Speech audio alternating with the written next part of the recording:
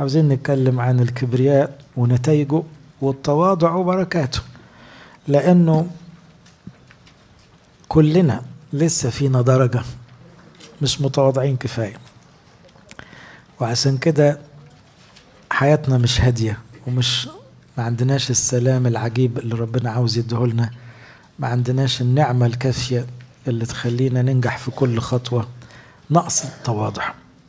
فالقاعدة بتقول يأتي الكبرياء فيأتي الهوان، تأتي الكبرياء فيأتي الهوان. هتلاقوها في أمثال 11. والهوان هنا جاية كلمة شيم يعني عار أو خزي والعكس بقى مع المتواضعين حكمة. يعني المتواضع ده دايما حكيم لأنه كسبان على طول الخط طول ما هو متواضع. آية تاني في الأمثال، أمثال 16 تقول إيه؟ قبل الكسر الكبرياء. هي نفس الفكرة تقريبا مش كده؟ يعني تزرع كبرياء تحصد كسر، هتتكسر بسبب الكبرياء. وقبل السقوط تشامخ الروح، تبقى قلبك متشامخ، هتقع وقع وحش. من المواقف اللي في أول الكتاب اللي فيها فكرة الكبرياء العام اللي عند البشر ده، بس كل البشر على فكرة عندهم كبرياء دلوقتي، بالذات المثقفين أو المتعلمين أو الناجحين. فربنا صدقوني ساعات أحس إنه غلبان معانا قوي، يديك نجاح تتكبر، ما يديكش نجاح تتذمر. ففعلا مزنوق، يعني بحس إن ربنا محتار يعمل إيه. طيب يحب ينجح عياله، أول ما ينجحهم يتنفخوا. طب بلاش نجاح، يديك على دماغك تتذمر. فهو فعلا احنا زانقين ربنا، محيرينه. قالوا هلما نبني لأنفسنا مدينة وبرجا رأسه بالسماء. ده بقى نظام الأبراج بتاعت أمريكا ودبي وغيره. الناس شايفة روحها زيادة برضه، وحاسة انها مش محتاجة ربنا، خلاص مش محتاجة. ونصنع لأنفسنا اسما لألا نتبدد على وجه كل الأرض. نسيوا ان هم هيموتوا، ونسيوا انه كل ده بيزول. فنزل الرب لينظر المدينة. طبعا ده تعبير مجازي، ما هو ربنا شايف يعني، لكن قاعد يتفرج الناس بتفكر في ايه دلوقتي. ما حدش بيفكر فيه خالص، كله بيفكر في الإنجازات والأسماء والحاجات الكبيرة دي. وقال الرب هو ذا شعب واحد ولسان واحد لجميعهم، وهذا ابتداؤهم بالعمل، والآن لا يمتنع عليهم كل من ينون أن يعملوه. ليه؟ لأن ربنا ادى مخ للإنسان فعلا واداله قدرات، فهو ربنا مبدع بطبعه، فخلى الإنسان مبدع زيه. لكن حاسس أن الإبداع دلوقتي هيأذي الإنسان، لأن الإنجازات اللي بيعملوها البشر بتيجي على دماغهم أحيانا بسبب الكبرياء. هلما ننزل ونبلبل هناك لسانهم حتى لا يسمع بعضهم لسان بعض، فبددهم الرب من هناك على وجه كل الأرض، فكفوا عن بنيان المدينة. يبقى بابل دي، وبابل دي على فكرة دايما رمز لمملكة الشر. لما بلبل ألسنتهم المكان ده تسمى بابل. لما تقروا الكتاب عهد قديم وعهد جديد تلاحظوا ان بابل دي بالذات رمز للشر، لأن بابل كانت عاصمة الإمبراطورية اللي زلت اليهود، كانت عدوة شعب الله. وبابل في سفر الرؤيا تنهار في الآخر لأنها مملكة الشيطان. فهي ككلمة هي ترمز إلى عالم الشيطنة، عالم الشر نفسه، مش كبلد حقيقية لكن كمعنى. لأن من أول يوم البلبلة دي كانت بداية الخراب، إن الناس يعني ما عرفتش تتفاهم. وده أحد أهم نتائج الكبرياء. أي ناس ما بيتفهموش مع بعض تأكد إن في عنصر كبرياء في الموضوع. 2 أزواج مش عارفين يتفهموا، لازم في كبرياء في الموضوع. 2 أصحاب، 2 خدام، 2 كهنة، 2 مسؤولين. المتواضعين لما يكونوا مختلفين بيعرفوا يتفهموا. لكن المتكبرين حتى لو اخوات وبيتكلموا لغة بعض مش هيتفهموا، هتبقى الحكاية مبلبلة بسبب الكبرياء. موقف تاني من وقت أبونا إبراهيم. أنا بدي شوية حكايات كده بتشاور لنا على الكبرياء في صور مختلفة. هاجر كانت جارية عند أبونا إبراهيم وسارة. سارة اندفعت في مشورة رديئة، خد هاجر وهات لي عيل وخلاص. ويبدو أن ده كان تقليد المجتمعات القديمة. الست ست هانم لما ما تكونش تجيب عيال، الجارية تجيب بس هي تتحسب لها هي، فبرضه عشان نعذر سارة شوية بس هي غلطان.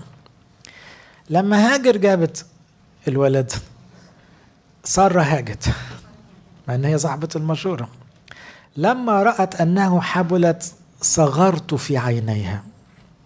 بصوا اللي حصل ايه، ان هاجر بقت تبص بعينيها بس لسارة، بصة فيها يعني ايه، بصة وحش، انت مش نافعة. البصة كبرياء. فهمتوا الفكرة؟ ساعات نظرة العين فيها كبرياء، ان انا طلعت احسن منك، انا اللي هجيب له الولد. خلي بالكم التفكير، عشان كده الكبرياء ساعات ما يطلعش في كلمة، ساعات تكون بصة العين فيها كبرياء، وانت بتتعامل مع الناس في كبرياء من نظرتك يقول كده. موقف آخر فيه كبرياء، لما موسى دخل ببساطة الفرعون ويقول له ربنا بيقول اطلق شعبي، وعمل له معجزات صريحة قصاده عشان يأكد له ان ده ايه، مش كلام وخلاص، ده ربنا بجد. أمر فرعون ذلك اليوم مسخري الشعب ومدبريه قائلا لا تعودوا تعطون الشعب تبنا كأمس وأول من أمس، ليذهبوا ويجمعوا تبنا لأنفسهم مقدار اللبن الذين كانوا يصنعونه أمس. هنا الظلم ابن الكبرياء دايما. الشخص لما يفتري ده تأكد أنه متكبر. هنا فرعون افترى ليه؟ تصوروا دول عبيد ومذلولين، مجرد أن موسى بس طلب طيب هنضاعف الذل. يعني ايه؟ هتجيبوا كمية الطوب اللي بيتعمل من غير ما نديكوا المواد الخام وتصرفوا. تعجيز وضغط فظيع، والناس كانت بتموت من التعب. لكن ليه؟ عشان فرعون استكتر. يعني ايه تيجي تطلب مني اجازة للناس؟ يعني ايه؟ انت مش عارف بتكلم مين؟ وفي حد اسمه ربنا غيري؟ من كبريائه افترى. اذا الكبرياء ملوش شكل واحد، عدم التفاهم شكل، احتقار الناس شكل، الظلم شكل. الكبرياء ما بيقولش انا كبرياء، بس بياخد اشكال كتيرة قوي. تعالوا نقول بقى اذا كان يأتي الكبرياء فيأتي الهوان، ونقول كمان كلنا لسه فينا حتة كبرياء بيبان في مواقف. تعال نفحص نفسنا مع بعض كده واحنا قاعدين، نراقب الاول دماغنا بتروح فين. اول حاجة تكشف لك الكبرياء طريقة تفكيرك، ايه اللي بيعدي على دماغك. انت شايف نفسك ازاي؟ بتشوف نفسك ازاي؟ شايف نفسك مهم قوي، اهم من ناس تانية، يبقى في كبرياء. حتى لو ماشي تقول اخطيت سامحوني، لا معلش، انت شايف نفسك في دماغك ازاي.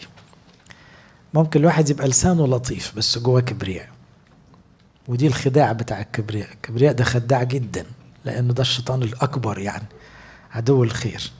فانت نظرتك جوه نفسك ليه؟ قادر تشوف نفسك اقل كل؟ قادر تشوف الناس حلوة وانت اللي فيك عيوب؟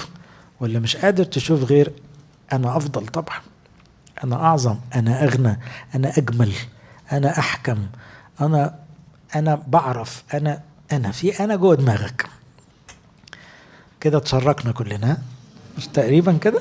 لو واحد قال الحمد لله ما عنديش، يبقى ده بالذات متكبر جدا. فتأكد ان في حتة، لازم فيك حتة كده. كمان راقب دماغك باصص على الناس ازاي، كيف ترى الاخرين. لان المتواضع بجد بيعرف يشوف حلاوة الناس كلها. يشوف الطفل الصغير ملاك من السما ويكون طفل مشاغب، ويشوف العامل الجاهل إنسان طيب ونقي القلب، ويشوف الست الكبيرة العجوزة الغلبانة دي ست بركة، ويشوف الراجل الغني ساخي وكريم، ويشوف الراجل الشديد مدبر وإدارجي. انت بتعرفش تتهم حد. ده المتواضع. المتكبر لو قلت كل الليستة دي يشوفها بالعكس، ده ولد مش متربي، ده راجل جاهل، دي ست أمية، ده مش عارف مفتري، دماغه مشخصة الناس كلها نيجاتيف. ده الكبرياء. يبقى يبدأ من الدماغ. راقب دماغك، بتبص للناس ازاي، بتشوفهم ازاي، شايف نفسك ايه وشايفهم ازاي. كمان الدماغ بتشوف الظروف ازاي. قديس يوحنا الدرجي له مقولة جميلة تقول المتكبر لا يحتمل أي تأديب، والمتواضع يعتبر أي تأديب رحمة من ربنا. يعني إيه؟ يعني الشخص المتواضع لما الظروف تلخبط يقول له أشكرك قوي على كده، ده أنا كنت أستاهل 100 مرة مهما الدنيا لخبطت. يبقى شايف إن اللي ربنا بيعمله ده كتر خيرك قوي، ده أنا كنت فاكرك هتعمل فيا وتسوي، ويكون في تأديب. العكس بقى، المتكبر لو حصل أي مشكلة في حياته، ليه بيحصل كده؟ ليه ربنا بيعمل فيا كده؟ ليه الظروف مش ماشية؟ لأنه هو مش مستحمل أي حاجة ما تمشيش. هو شايف نفسه يستاهل كل الخير، هو شايف نفسه كده. فنظرته للظروف كأنه بيقول أنا استاهل كرامة، أنا استاهل تسهيلات، أنا استاهل كل حاجة تمشي صح، تمشي معايا سهلة، ده أنا اللي عملت، ده أنا اللي غيرت. لما يحصل أي حاجة يدور على مكانته في الحاجة دي، دوره فين، ولو ما لقاش دور يتنرفز، لو ما لقاش اسمه طلع في الموضوع يبقى متغاظ. بينما المتواضع يحب يمجد الناس عادي، وفرحان قوي ان فلان بيعمل وفلان بيسوي، وفرحان لهم، يعني ما عندوش أزمة مع نفسه. راقب مشاعرك مش بس دماغك. ما هو الكبرياء ده مرض بيخبط في كل حاجة، بعيد عنكم زي السرطان اللي يخبط في العظم والكبد والدماغ، والسرطان صعب، فما بيسيبش حاجة سليمة في البني آدم، ياخد دماغه ويسيطر، وبعدين ياخد قلبه ويسيطر. قلب المتكبر فيه ايه بقى؟ في مشاعر كتيرة قوي وحشة، هقول بشوية منها، لكن دي مشاعر ما تخلص. من اكتر المشاعر اللي تعدي على القلب المتكبر الاحتقار او التعالي، او يقرف من الناس اللي اقل. طبعا مش بتكلم في نواحي نظافة وكده، لا، في حتة يعني احساس ان انا مش تبع الناس دي.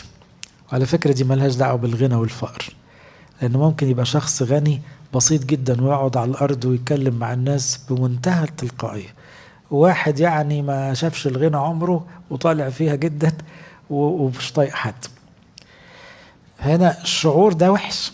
شعور تاني شعور الافتخار، انه دايما عنده شعور بالايه، بان انا مهم زي الفكرة، بس هنا شعور انه مفتخر، انه راضي عن نفسه زيادة، ده شعور، وشعور وراه كبرياء.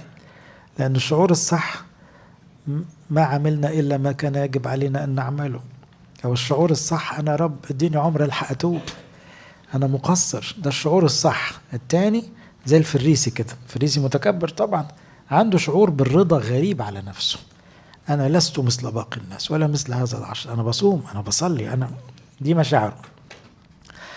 أو شعور الرفض، يبقى رافض كل حاجة، رافض الناس ورافض الأوضاع ورافض، وتلاقيه معاها اعتراض كده وتذمر وشكوى وتمرد، كل دي حاجات تبع الكبرياء. دي بعض المشاعر اللي موجودة. عشان كده يقولوا المتكبر ما يعرفش يحب، المتكبر بتاع بلاده بقى، يعني المتكبر اللي هو ايه الأصلي بقى ده ما يعرفش يحب خالص. يعني كبرياء درجات، بس المتكبر قوي لا، ده ما يعرفش ريحة الحب ولا يعرف يحب عياله. تصوروا بتوصل لكده. لكن كلنا فينا درجات فبنحب، بس الحب متعطل بالكبرياء. خلي بالكم، ربنا عشان متواضع جدا بيحبنا حتى واحنا خطاة، لكن احنا كبريائنا معطلنا ان احنا نحب الناس، لان لسه بنصنفهم، لسه بنشوفهم من منظور الكويس والوحش. راقب سلوكك. ما هو برضو احنا قلنا الكبرياء هيخبط كله، يخبط الدماغ ويخبط القلب ويخبط السلوك.